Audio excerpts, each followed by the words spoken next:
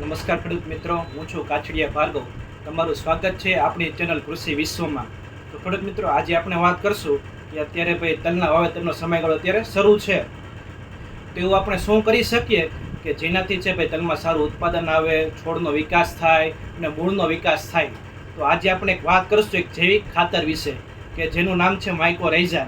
તો માઇકોરાઇઝા વાપરવાથી છે તો ભાઈ આપણા તલનું ઉત્પાદન છે 20થી 25% સુધી વધી શકે છે.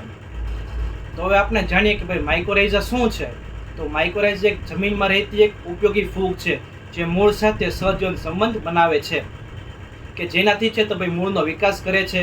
અને આપણે જે ખાતર જે જમીનમાં આપીએ છીએ તે અલભ્ય સ્વરૂપમાંથી છે તો ભાઈ લભ્ય સ્વરૂપમાં ફેરવાનું કામ છે કે માઇકોરાઇઝા કરે છે કે જેનાથી છે જે પોષક તત્વો છે તે મૂળ સુધી, છોડ સુધી સરળતાથી પહોંચાડવાનું કામ માઇકોરાઇઝા કરે છે.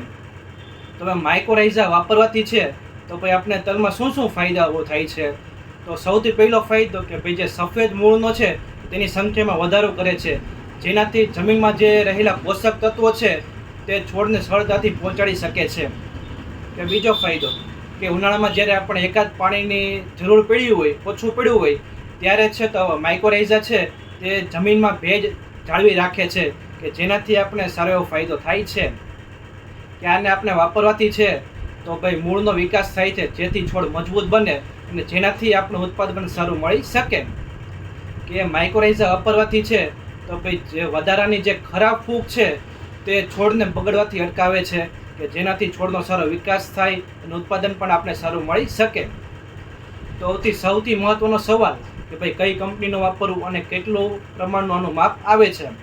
તો સિયોનિક્સ કંપનીનું છે તો ઝાયકોર નામથી માઇકોરાઇઝા આવે છે કે આ માઇકોરાઇઝા છે ભાઈ દાણાદાર ફોર્મમાં આવે છે કે આને આપણે છે ભાઈ પાયાના ખાતર સાથે પણ ભેળવીને આપણે આપી શકીએ. અને આપવાનું જો બાકી રહી ગયું હોય તો ભાઈ તલના છોડ ઉગી ગયો હોય તો ત્યારે આપણે વેકરા સાથે અથવા ખાતર સાથે પણ આ માઇકોરાઇઝા છે ભેળવીને આપણે આપી શકીએ છીએ.